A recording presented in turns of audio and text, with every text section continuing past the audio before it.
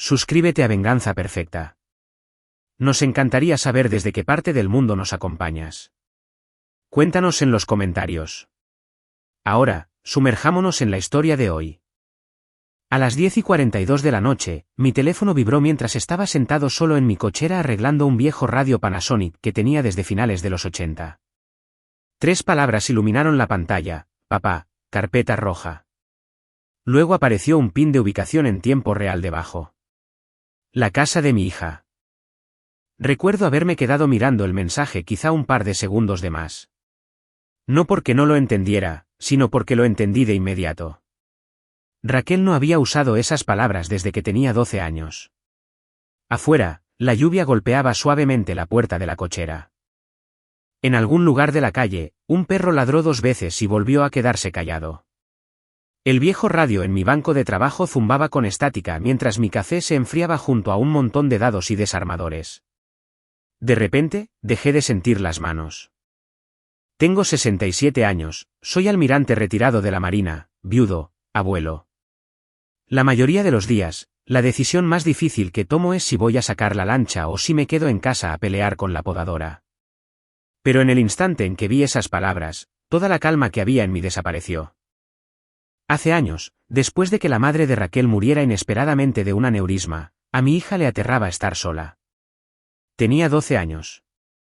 Una cosita flaca con brackets y sudaderas enormes, fingiendo ser más ruda de lo que realmente se sentía.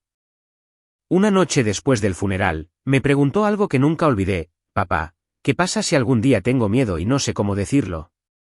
Así que inventamos un código. Carpeta roja. Significaba: no hagas preguntas, no pierdas el tiempo, solo ven. Y ahora, 23 años después, lo estaba usando de nuevo. La llamé de inmediato. Directo al buzón de voz. Llamé de nuevo. Nada. A la tercera llamada, ya estaba agarrando las llaves de mi camioneta. La lluvia había arreciado afuera. Boca del Río estaba a unos 25 minutos de mi casa, cerca del puerto de Veracruz, si el tráfico se portaba bien. A esa hora, la mayoría de las calles estarían vacías, excepto por traileros y borrachos. Mientras echaba en reversa para salir de la entrada, llamé a Paco Delgado. Paco se retiró de la policía naval hace 8 años. Aunque, para ser honestos, los hombres como Paco nunca se retiran del todo de nada. Contestó al segundo tono, sonando medio dormido: Tomás. Usó el código. Silencio. Eso lo despertó más rápido que el café. ¿Qué tan grave? Aún no lo sé. Otra pausa. Luego, su voz cambió por completo: ¿vas para allá ahora? Sí. Te veo afuera del fraccionamiento. Colgué y manejé. La lluvia corría por el parabrisas mientras música ranchera vieja sonaba bajito por una bocina rota. Apenas la escuchaba.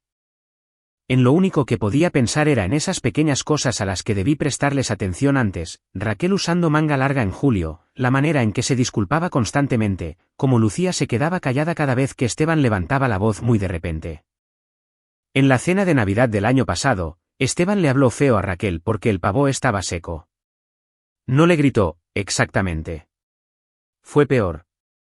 Usó ese tono frío y avergonzado que la gente usa cuando quiere que los demás sepan que creen que eres estúpido. Raquel se rió para disimular demasiado rápido. Recuerdo haber visto cómo le temblaban las manos mientras servía la salsa, y yo no hice nada. Esa es la parte que todavía me pesa en el pecho. La gente cree que los hombres como yo siempre actúan, siempre protegen. La verdad es que, a veces, te convences de que mantener la paz es lo mismo que mantener a salvo a los tuyos. Y no lo es. Llegué al fraccionamiento en Boca del Río alrededor de las 11:05. Paco ya estaba estacionado cerca de la entrada en su Tecoume gris, con los limpiaparabrisas moviéndose a un ritmo constante. Se subió al asiento del copiloto vestido con pantalones de mezclilla, botas y una vieja sudadera de la Marina. ¿Vienes armado?, preguntó en voz baja. No. Asintió una vez, como si respetara la respuesta. Manejamos el resto del camino sin hablar mucho. Raquel y Esteban vivían en uno de esos fraccionamientos nuevos con casas beige idénticas y arbolitos decorativos en la entrada. A Esteban le encantaban los lugares que se veían caros desde lejos. La luz de la entrada de Raquel estaba encendida.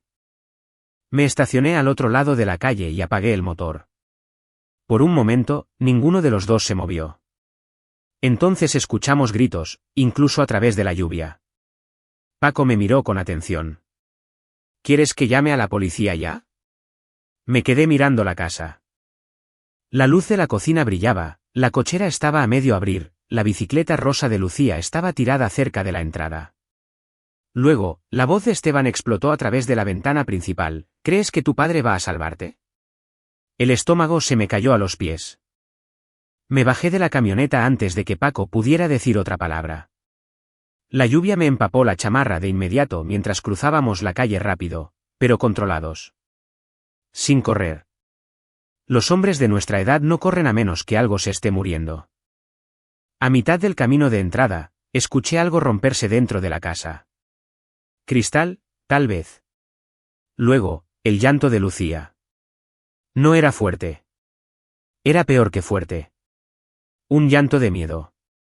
Ese que hacen los niños cuando intentan que no los escuchen. Paco me tocó el brazo ligeramente, Tomás. Pero yo ya estaba en la puerta principal. Y por primera vez en años, de verdad sentí el corazón latiendo tan fuerte que me dolía.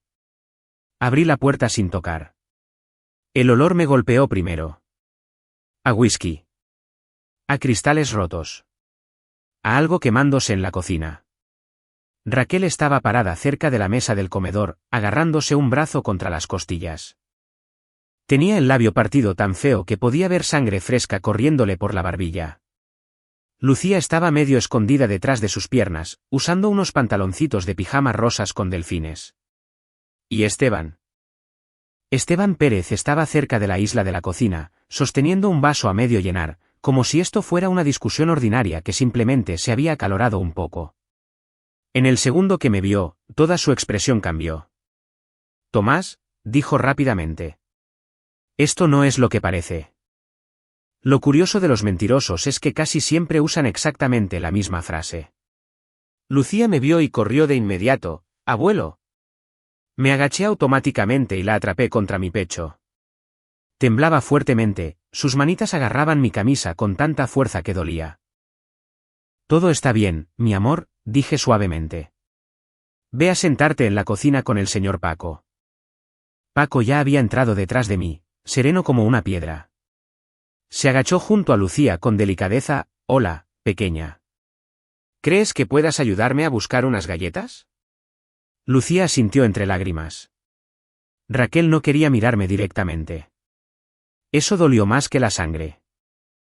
Esteban intentó soltar una risita nerviosa. Las parejas pelean, ¿verdad? Todos estamos un poco sensibles. Raquel dijo en voz baja, Esteban, cállate, pero él siguió hablando de todas formas. Ella me tiró un vaso primero. Miré a mi alrededor. Pedazos rotos brillaban cerca del tapete de la sala. Una lámpara estaba ladeada. Una silla del comedor estaba tirada de lado cerca del pasillo. Raquel se movió un poco y noté cómo se estremeció cuando Esteban se acercó. Un movimiento pequeño, minúsculo, pero una vez que notas algo así, ya no puedes dejar de verlo. Pasé 38 años rodeado de personal militar, marineros jóvenes, oficiales de combate, hombres que regresaban de sus despliegues fingiendo estar bien cuando no lo estaban. El miedo tiene un lenguaje corporal. Y mi hija lo tenía. Esteban se dio cuenta de que lo observaba. Apretó la mandíbula. Mira, Tomás, sé cómo debe verse esto. ¿Lucía escuchó todo esto? Pregunté. Él parpadeó. ¿Qué? ¿Mi nieta escuchó cómo golpeaste a su madre? La habitación se quedó en completo silencio. Raquel susurró, papá. Esteban golpeó el vaso con demasiada fuerza contra la barra. Yo nunca le pegué. Raquel bajó la mirada de inmediato. Eso me dijo suficiente. Hay un momento en la vida en el que a la negación finalmente se le acaba el espacio. Parado ahí en ese comedor, escuchando la lluvia golpear las ventanas mientras mi nieta lloraba en silencio en la cocina, me di cuenta de que había cruzado esa línea. Y lo peor de todo, es que una parte de mí lo había sabido por mucho tiempo. No completamente, no con claridad, pero lo suficiente. Cuando Raquel se casó con Esteban hace 8 años, él genuinamente me caía bien. ¡Qué caray! Lo quería mucho. Venía de una familia de clase trabajadora a las afueras de Jalapa. Un muchacho listo, ambicioso, jugaba golf decentemente, hablaba demasiado, pero muchos jóvenes lo hacen. El primer invierno después de que compraran su primera casa, Esteban pasó 2 fines de semana ayudándome a reparar los daños en el techo de Raquel causados por una tormenta. Nunca se quejó ni una sola vez. Cuando Lucía nació prematura, durmió en las sillas del hospital durante días. Recuerdo haberlo visto sostener a esa pequeñita contra su pecho en el Hospital Naval de Veracruz y pensar, mi hija eligió a un buen hombre. Eso es lo que la gente no entiende sobre situaciones como esta. Los malos matrimonios, por lo general, no empiezan mal. Se pudren lentamente. Después de que a Esteban lo ascendieran en su empresa de equipo médico, algo cambió. Al principio, parecía inofensivo, trajes más caros, comidas en el club de golf, un BMW arrendado que definitivamente no podía pagar. Luego empezaron los pequeños comentarios. Raquel se preocupa demasiado. Ya sabe cómo son de sensibles las mujeres. La disciplina de la vieja escuela ya no funciona, almirante. Siempre sonreía cuando lo decía, como si todo fuera una broma. Raquel empezó a cancelar las visitas. Dejó de llamar tan seguido. Parecía exhausta todo el tiempo.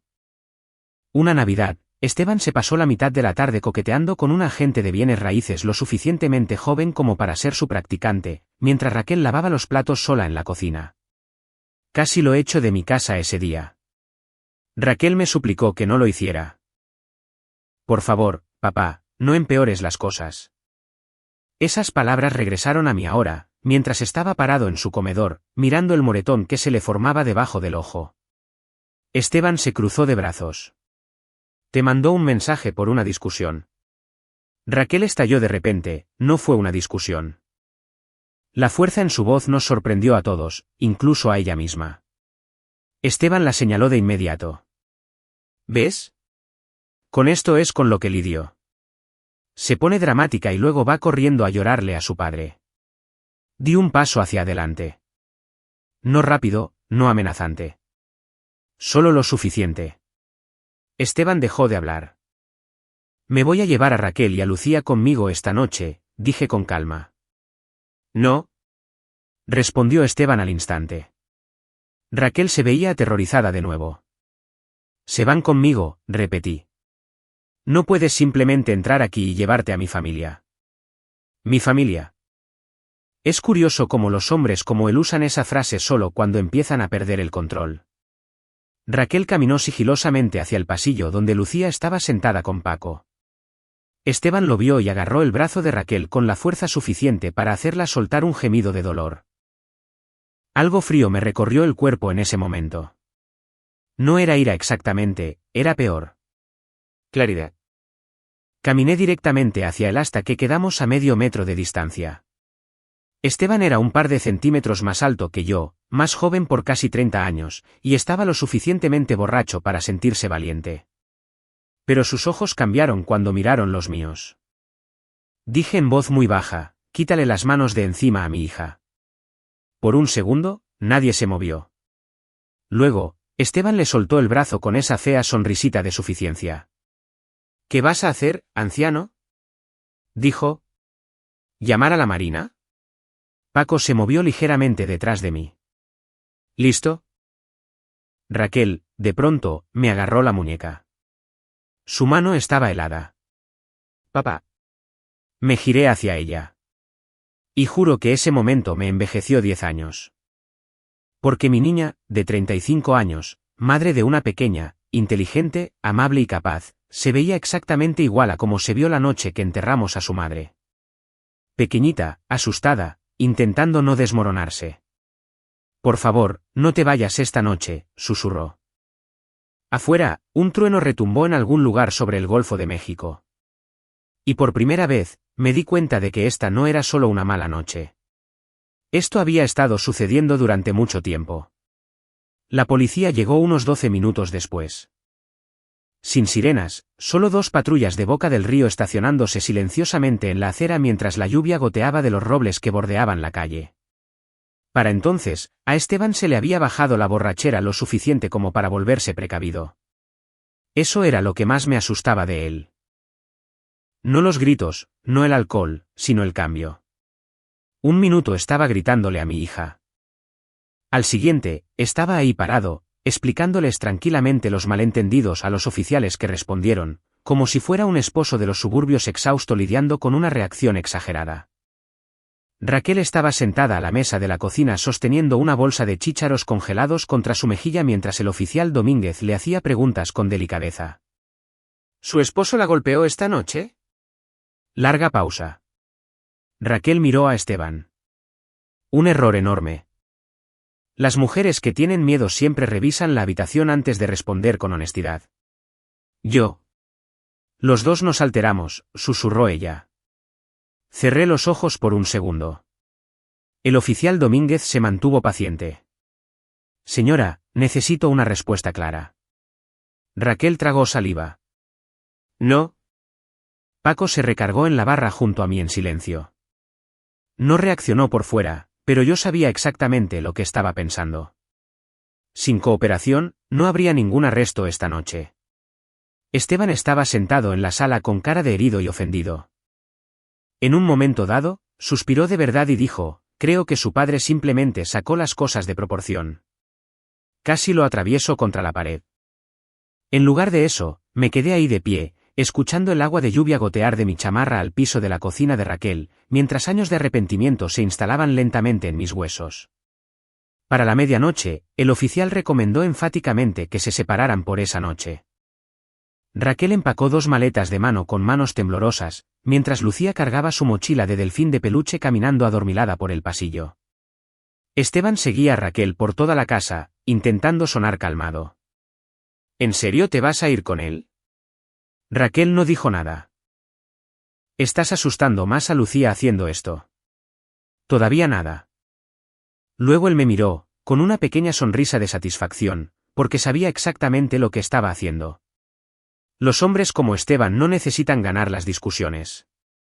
Solo necesitan que todos estén lo suficientemente exhaustos como para dejar de defenderse. Mientras Raquel le subía el cierre a la chamarra de Lucía cerca de la puerta principal, Esteban suavizó de repente su voz, Raki, vamos. Por medio segundo, vi la confusión cruzar su rostro. Ese pequeño tirón hacia atrás que sienten las víctimas cuando la persona que las lastima de pronto vuelve a sonar familiar.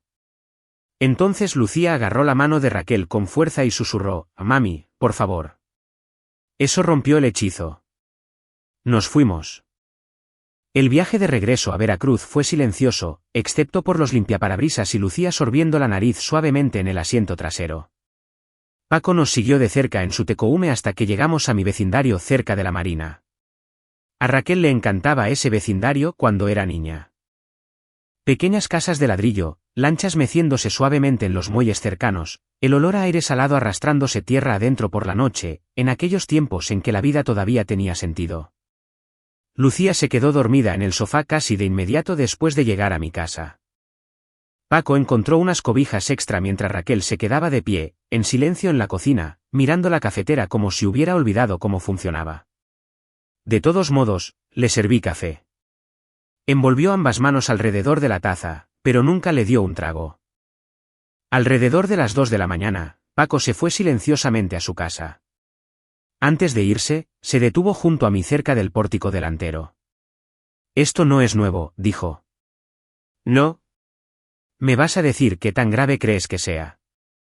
Miré a través de la puerta hacia Raquel, sentada inmóvil en la mesa de la cocina. Peor de lo que me he permitido creer. Paco asintió una vez. Llámame mañana. Luego desapareció bajo la lluvia. No dormí esa noche. A las 4 de la mañana, me senté solo en la cocina a oscuras, escuchando la máquina de hielos tirar cubitos nuevos en la bandeja del congelador. Es extraño que sonidos se te quedan grabados durante las malas noches. Raquel finalmente entró, usando una de sus viejas sudaderas de la preparatoria que todavía guardaba en mi casa.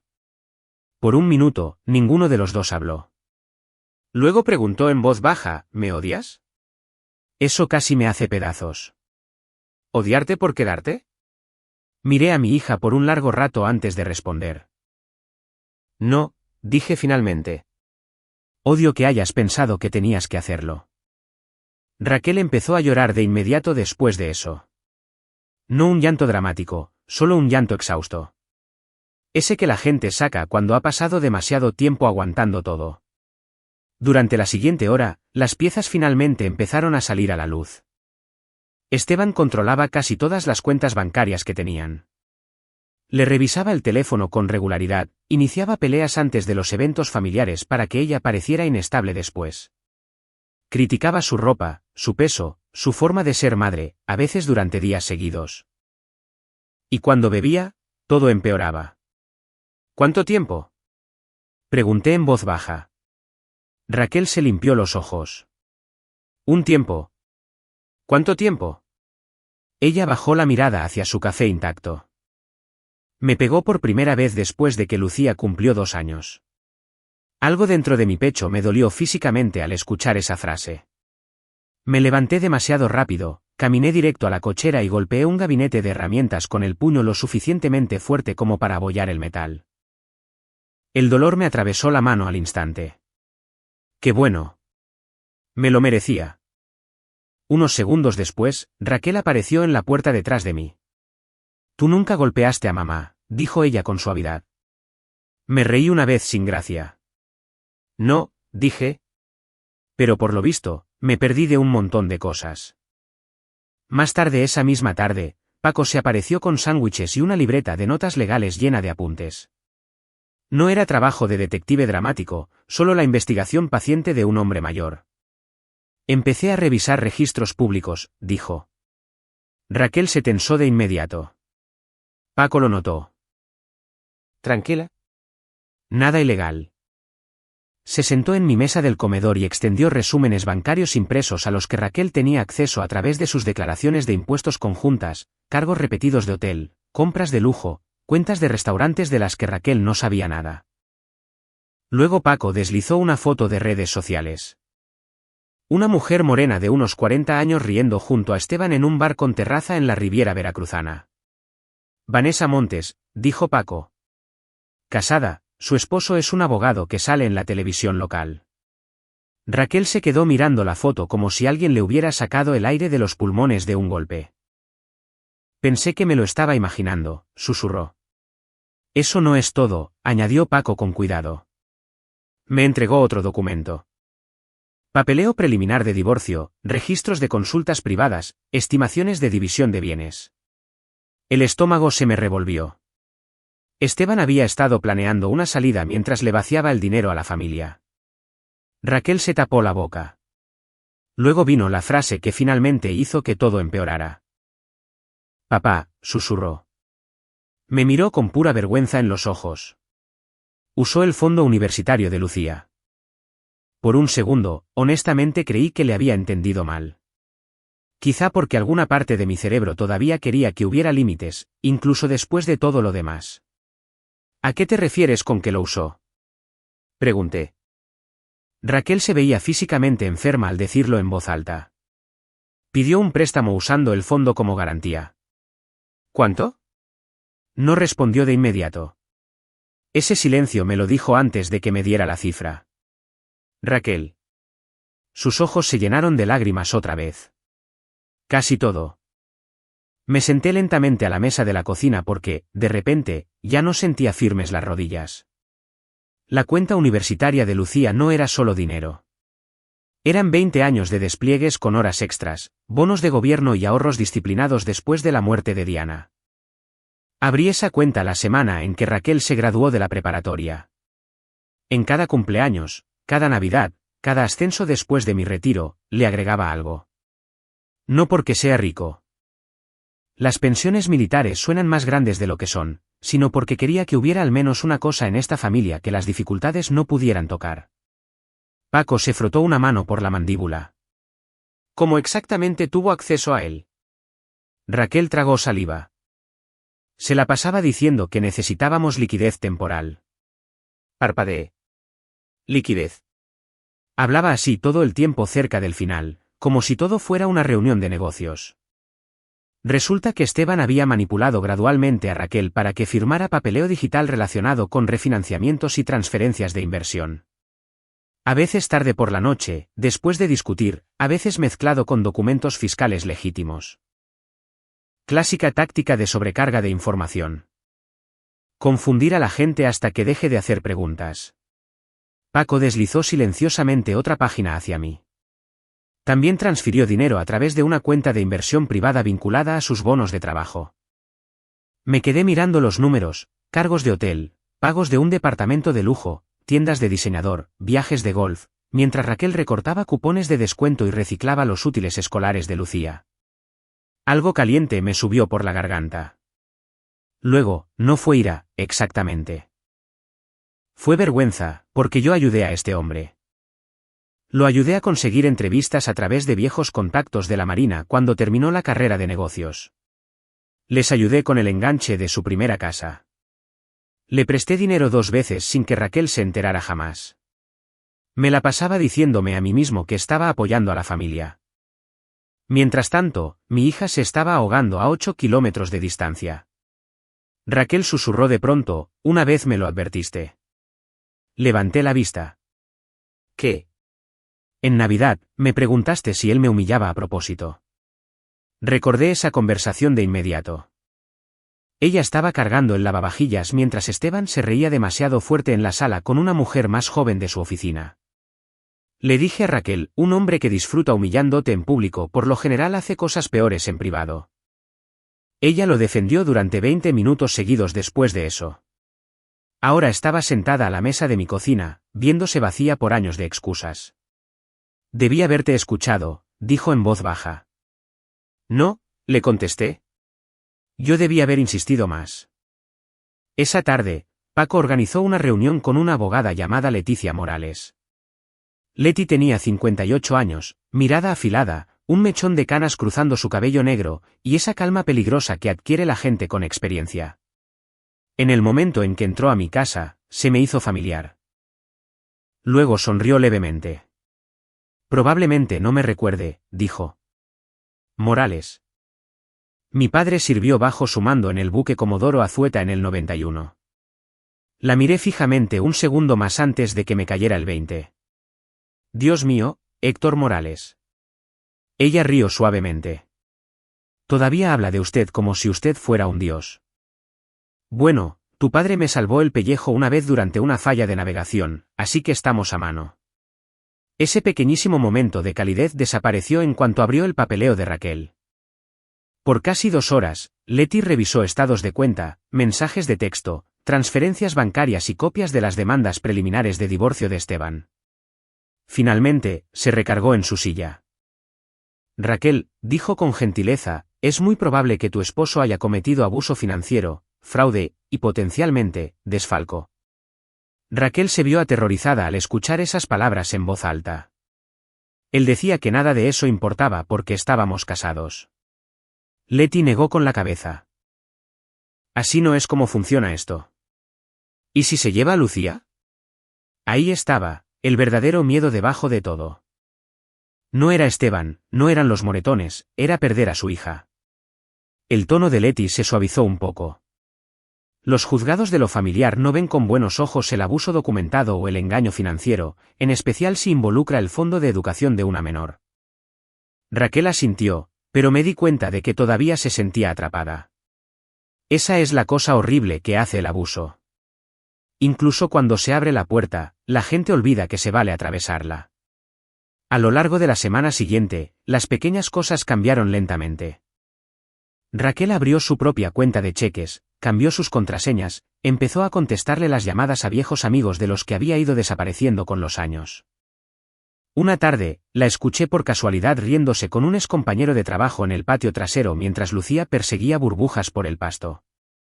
Fue la primera risa de verdad que le escuchaba a mi hija en muchísimo tiempo.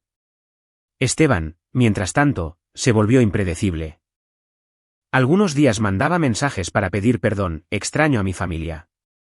Otros días, tu padre te está envenenando en mi contra. Luego venía la culpa, Lucía merece a sus 2 padres. Luego el enojo, ¿Crees que alguien más te va a querer ahora? Leí ese mensaje mientras estaba sentado en mi camioneta afuera de un Chedraui Selecto una tarde y casi manejo directo al departamento de Esteban. En lugar de eso, me estacioné junto a una bomba de gasolina en una gasolinera Pemex de 24 horas y me quedé ahí sentado escuchando una estación de radio de deportes hasta que me calmé. A mi edad, aprendes algo importante. Una mala decisión tomada con enojo puede borrar 50 años de disciplina. Cuando llegué a casa esa noche, Leti y Paco ya estaban sentados en la mesa de mi comedor revisando documentos nuevos. Leti levantó la mirada de inmediato. Encontramos algo más grande. Deslizó una carpeta hacia mí. Reportes de gastos, reembolsos corporativos, viáticos de viaje. Por lo visto, Esteban había estado cargando viajes personales y gastos de lujo a las cuentas de la empresa durante más de un año. No millones de pesos, ni un fraude de película. Avaricia realista. De ese tipo en el que la gente se convence de que lo van a arreglar después.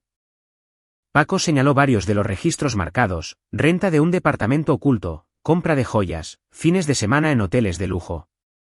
Raquel se veía pálida. Me dijo que estábamos batallando con el dinero. Leti cerró la carpeta con cuidado. La gente como Esteban construye su vida entera en torno a las apariencias. Una vez que esa imagen se quiebra, todo lo que hay debajo suele colapsar rápido. Raquel se quedó muy quieta, luego finalmente hizo la pregunta que ninguno de nosotros había querido decir en voz alta: ¿qué pasa ahora?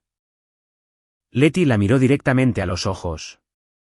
Eso depende de si estás lista para dejar de protegerlo. La habitación se quedó en silencio. Afuera, podía escuchar a Lucía andando en su bici de arriba abajo por la entrada mientras el aspersor de la tarde chasqueaba rítmicamente sobre el pasto de al lado. Raquel se quedó mirando el papeleo durante muchísimo tiempo. Luego respiró hondo y asintió una vez. 3 semanas después, Esteban entró al banquete de la Fundación del Puerto de Veracruz, creyendo que su vida estaba a punto de mejorar. Esa era la parte trágica. Todavía creía que era el hombre más listo de la habitación. El banquete se hacía cada primavera en el Hotel Gran Fiesta Americana con vista al Golfo. Donadores ricos, ejecutivos locales, militares retirados, políticos fingiendo disfrutar de cenas de 3 tiempos con pollo seco, la misma multitud de cada año. Yo había asistido un par de veces con Diana hace años. En ese entonces, se sentía como relacionarse con la comunidad. Ahora, se sentía como un teatro. Raquel casi no va.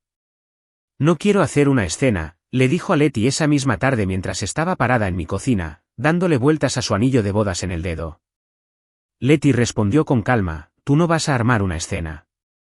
Él ya lo hizo por su cuenta.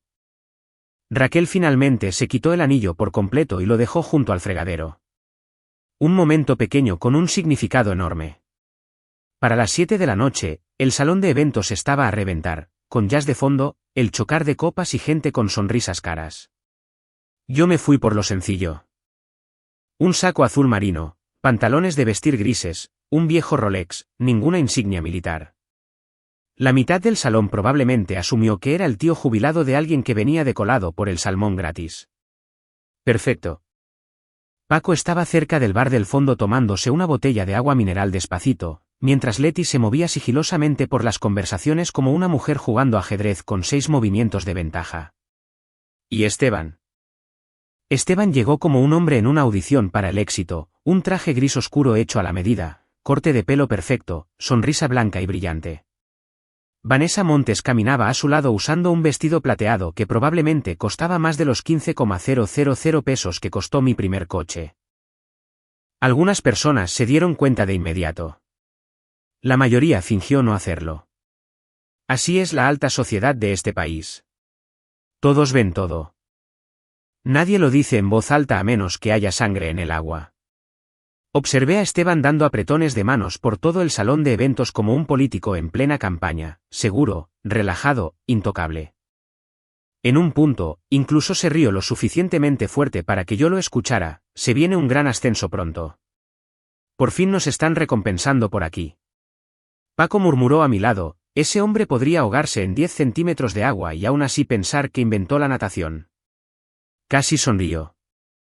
Alrededor de las 8, Esteban finalmente me vio cerca de la barra del bar. Su expresión cambió al instante. No fue miedo, fue molestia.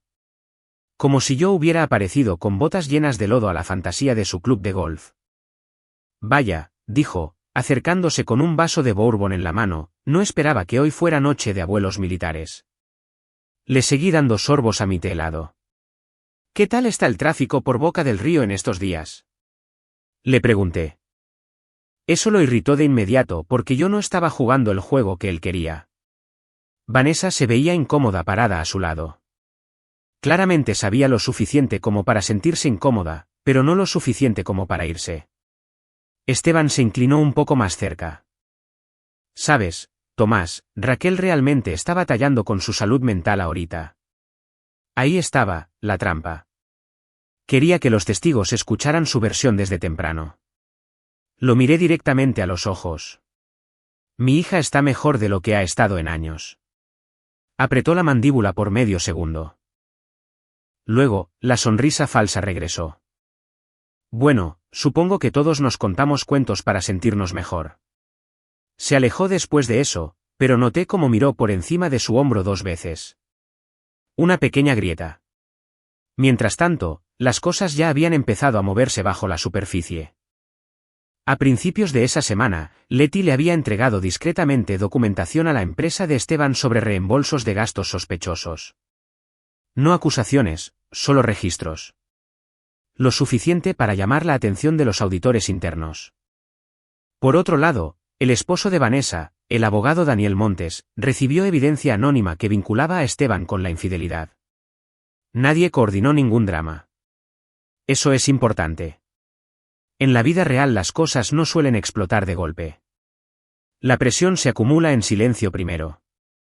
Para las 8:30, ya se podía sentir la tensión cambiando en el salón de eventos de forma sutil. Gente murmurando, teléfonos revisando mensajes, ciertos ejecutivos evitando a Esteban de repente. Vanessa también lo notó. Seguía analizando el salón con nerviosismo mientras Esteban bebía más pesado, intentando mantener el control de las conversaciones. Entonces, llegó Daniel Montes. Un tipo alto, de unos 40 y tantos, con la ira controlada escrita en toda la cara. Caminó directo hacia Vanessa.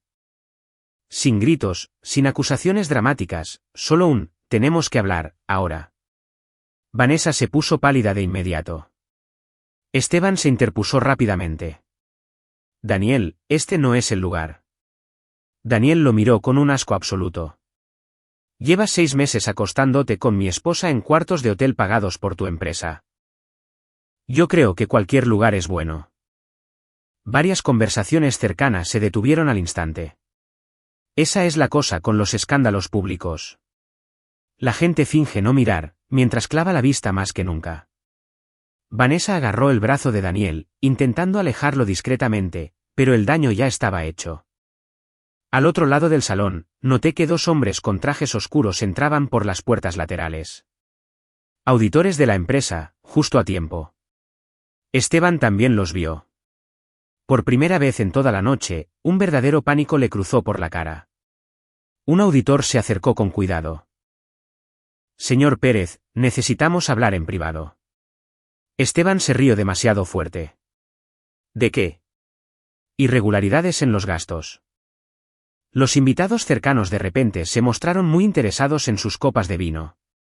Esteban miró alrededor del salón, buscando un control que ya no existía. Entonces vio a Raquel. Ella acababa de entrar al lado de Leti, un vestido azul oscuro sencillo, cabello recogido hacia atrás, sin rastro de miedo en su rostro. Y en el momento en que Esteban vio esa expresión tranquila, creo que por fin entendió que estaba perdiendo. Caminó hacia ella de inmediato. Raquel, diles que esto es ridículo. Raquel no se movió. Has sacado esto completamente de proporción, espetó Esteban, ahora más fuerte. La gente se volteó a verlos abiertamente. Su imagen perfecta se le estaba resbalando demasiado rápido como para poder detenerlo. Dejaste que tu padre envenenara este matrimonio. Raquel lo miró en silencio por varios segundos, luego dijo, me quedé callada durante años. El salón se había quedado casi completamente quieto. Ella nunca levantó la voz. Pero ya terminé de protegerte. Una frase simple. Una frase mortal. Esteban entonces de verdad me miró a mí. Ya no estaba enojado. Estaba desesperado, como si tal vez otro hombre aún pudiera salvarlo de las consecuencias. Yo no dije nada. Los guardias de seguridad ya habían empezado a acercarse. Un auditor habló con cuidado: «Señor Pérez, necesitamos que venga con nosotros». Esteban lo intentó una última vez. «Esto es por culpa de él», dijo, señalándome. Yo nunca le agradé. Nadie respondió. Ni siquiera Vanessa. Mientras la seguridad escoltaba a Esteban hacia la salida del salón, él seguía mirando hacia atrás como si la propia habitación lo hubiera traicionado. Pero la verdad era más simple que eso. A sus mentiras finalmente se les habían acabado los lugares donde pararse. Unos 4 meses después del banquete, yo estaba de pie, descalzo en mi cocina haciendo hot cakes de mora azul, mientras Lucía estaba sentada en la barra explicándome muy seriamente por qué los delfines eran más inteligentes que los tiburones. Por lo visto, los tiburones solo muerden cosas. Los delfines, según mi nieta, tenían madurez emocional. No discutí con eso. Para entonces, las mañanas de los sábados ya se habían vuelto lo nuestro. Caricaturas a bajo volumen. Café preparándose antes de que saliera el sol. Lucía robándose chispas de chocolate cuando creía que Raquel y yo no la veíamos. Una vida normal. No te das cuenta de lo valioso que se siente lo normal hasta que pasas el suficiente tiempo rodeado de caos. Afuera, la luz del sol de principios de verano se esparcía por la marina detrás de mi vecindario.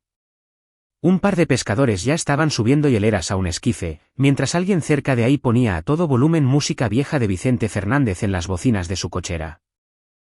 Raquel entró a la cocina usando pantalones deportivos y una de mis viejas sudaderas de la marina. «Buenos días», dijo con suavidad. Había color en su rostro de nuevo. Eso a veces todavía me tomaba por sorpresa. Por mucho tiempo, mi hija se había visto como alguien que estaba sobreviviendo en lugar de viviendo. Ahora se veía cansada de una manera ordinaria. Cansada como maestra. Cansada como mamá. Cansada como humano. No asustada. Se sirvió café y se recargó en la barra, viendo a Lucía dibujar delfines con crayolas azules. ¿La terapia fue bien esta semana?, pregunté con cuidado. Raquel asintió. Sí. Una pausa.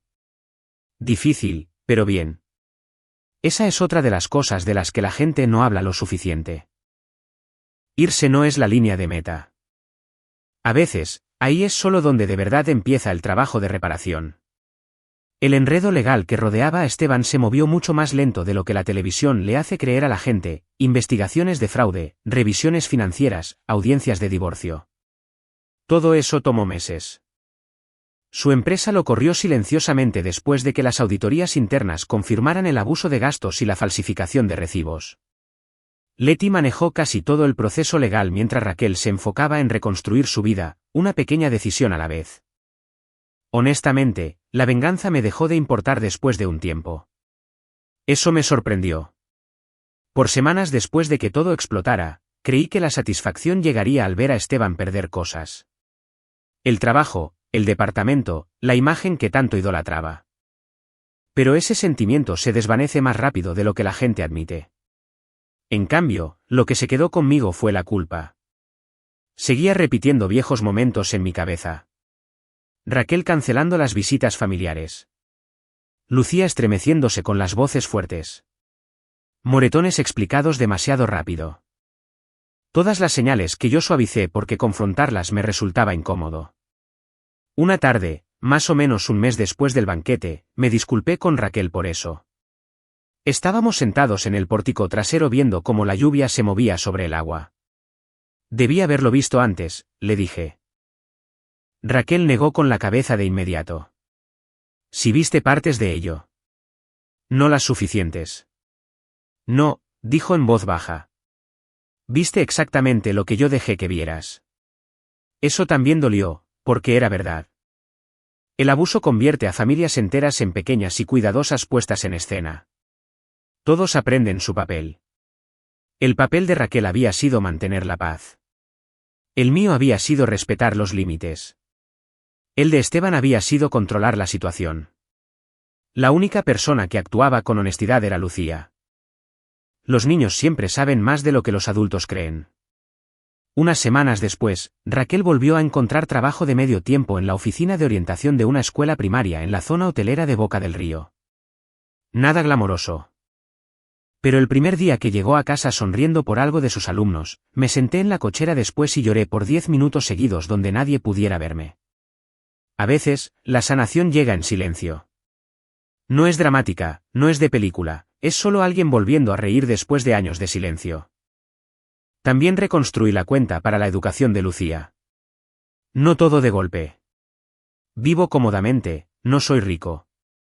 Pero entre el dinero recuperado por el acuerdo legal y una cuidadosa reestructuración con la ayuda de Leti, su futuro ya no se sentía robado. Una tarde, Lucía iba pedaleando su bici chueca por la entrada mientras Raquel trotaba a su lado, riéndose. «Sigue pedaleando». «Sí, estoy pedaleando». «Te le quedaste viendo a los arbustos». Yo estaba sentado en el pórtico fingiendo leer el periódico, mientras las veía a ambas por el rabillo del ojo. Paz. Verdadera paz. No un silencio encubriendo el dolor.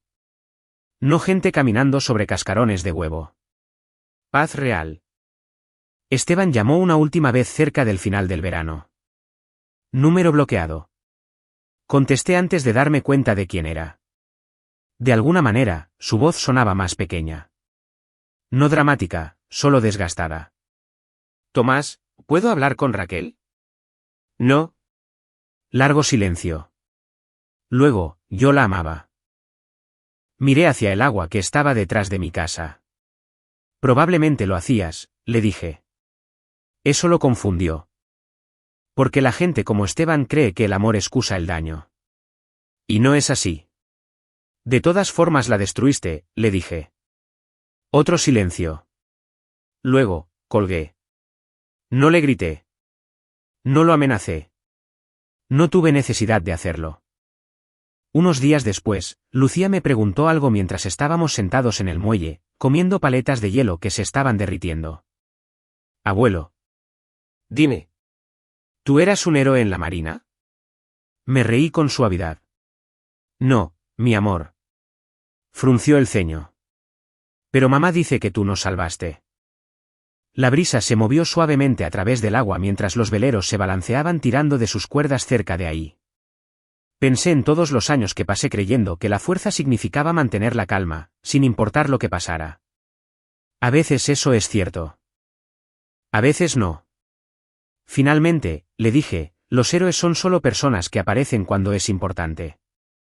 Lucía lo consideró muy seriamente y asintió una vez, como si le hubieran entregado información muy valiosa. Esa noche, después de que todas se fueron a dormir, me senté solo en el pórtico trasero con una última taza de café, escuchando a los grillos y los motores distantes de los barcos que cruzaban las aguas oscuras. La vida se había vuelto tranquila otra vez. Pero esta vez, esa tranquilidad se sentía ganada. Si esta historia se queda contigo, espero que te recuerde prestar atención cuando las personas que amas empiecen a desaparecer dentro de sí mismas. A veces, lo más fuerte que puedes hacer es hacer las preguntas difíciles antes de que sea demasiado tarde. Y si alguien pide ayuda, aunque sea en silencio, simplemente aparece.